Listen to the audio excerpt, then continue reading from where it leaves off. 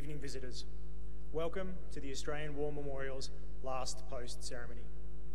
My name is Chris Weidenbar, and joining us today from the Royal Australian Air Force is Squadron Leader Michael Spencer. We warmly welcome the family of Lance Corporal Thomas Clark Wilson, whose story will be told shortly. We welcome the veterans who have served, those that are still serving, and the families that support them. We acknowledge the members of RSL and Services Clubs Association, RSL Victoria and RSL Queensland who are watching the broadcast of this ceremony across Australia. During this evening's ceremony, wreaths will be laid at the base of the pool of reflection by family, visitors, and by students on behalf of Yakanara Community School, Secondary Department, Fitzroy Crossing, Western Australia. Can I ask you all please to stand and join in singing the National Anthem?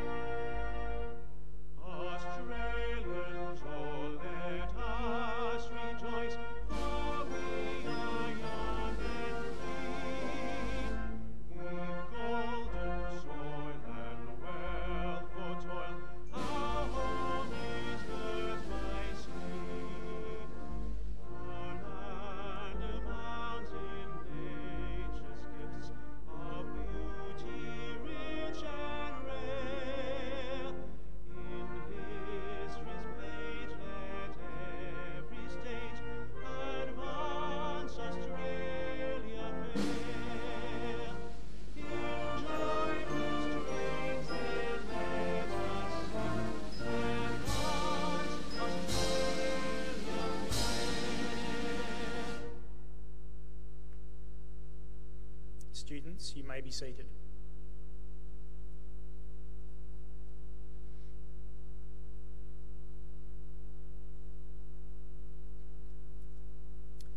The Australian War Memorial was the vision of Charles Bean, Australia's First World War official historian. Bean landed with the Australian troops on Gallipoli and stayed with them at the front through to the end of the war. The idea of this national memorial and museum came to him at Pozières, France, in the depths of the bloody fighting of 1916. Bean's idea was that this would be a place where families and friends could mourn loved ones buried in faraway places. It would also be a place that could help all Australians understand what these men and women had endured and what they had done for us. Bean's vision, to which we remain true, is best expressed as inscribed on the entrance to the memorial's galleries. Here is their spirit, in the heart of the land they loved, and here we guard the record which they themselves made. Tonight, we will read the story behind just one of those on the Roll of Honour, which lists the names of more than 102,000 men and women who have given their lives for us in war and operations for more than a century. But first, we present a lament, Flowers of the Forest. Wreaths or floral tributes will now be laid at the base of the pool of reflection.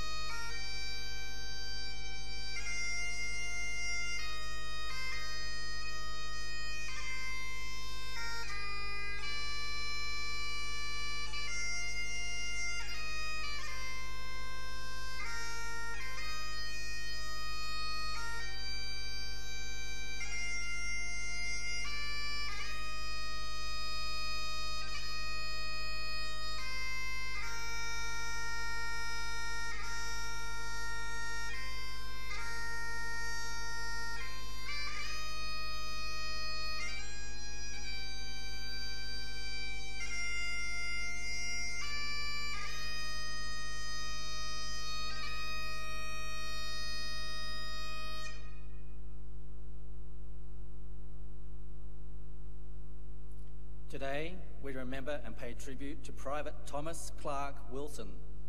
Thomas Wilson was born in 1891, one of several children of Thomas and Janine Wilson of Christchurch, New Zealand. Thomas spent his formative years at school at Mount Cook before the Wilson family moved to Wellington on the North Island. For a year and a half, Thomas paraded part-time with the New Zealand Artillery as a member of D Battery before immigrating to Australia around 1911. On the eve of the First World War, Thomas was working as a salesman at the Murdoch's Men's and Boys Outfitters in Park Street, Sydney. Thomas was among the first volunteers to enlist in the Australian Imperial Force following Britain's declaration of war against Germany in August 1914.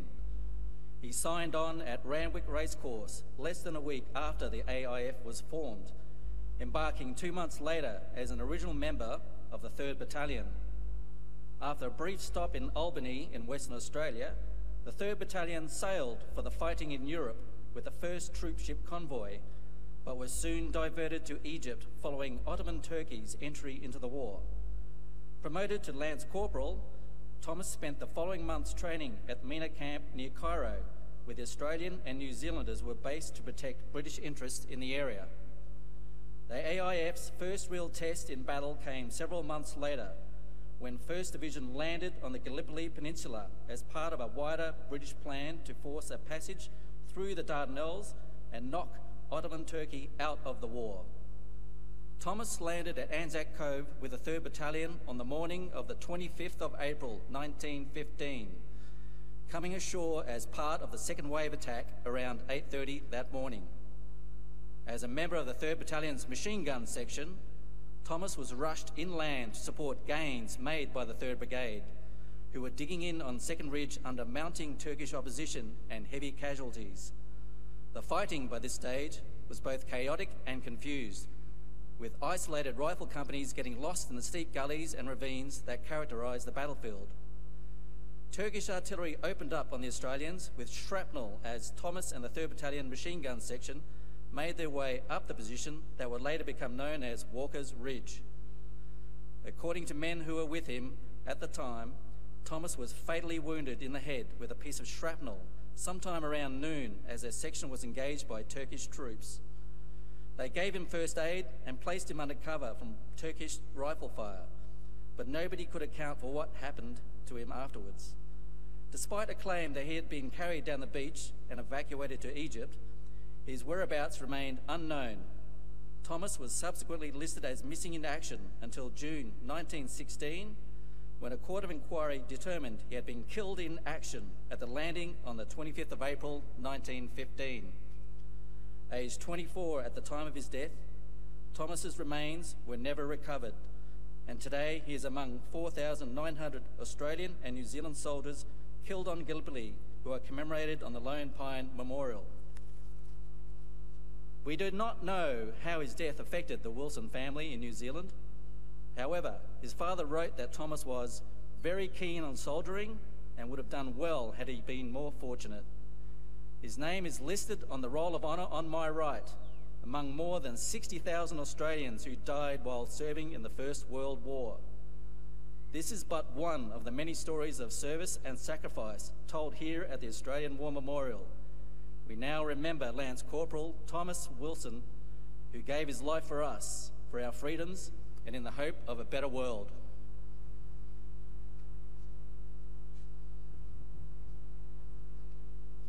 Can I ask you all please to stand for the reading of the ode and the sounding of the last post?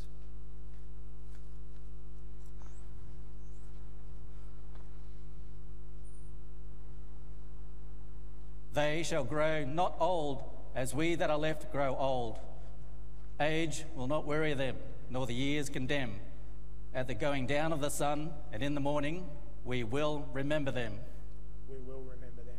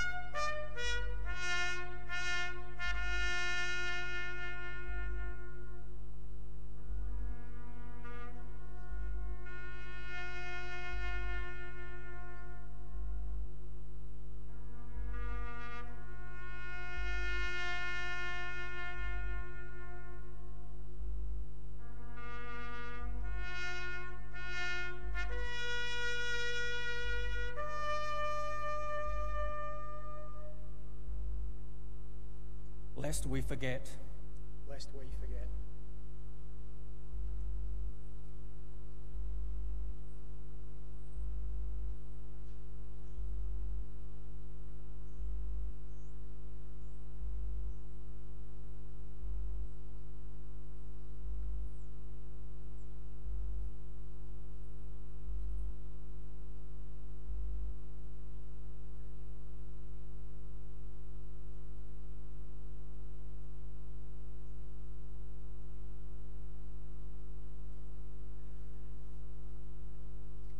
We leave you this evening with the words of the memorial's founder, Charles Bean. Many a man lying out there at Poziere or in the low scrub at Gallipoli with his poor, tired senses barely working through the fever of his brain has thought in his last moments, well, it's over. But in Australia, they will be proud of this. Ladies and gentlemen, girls and boys, that concludes the last post ceremony. We thank you for visiting the Australian War Memorial and wish you all a very good evening.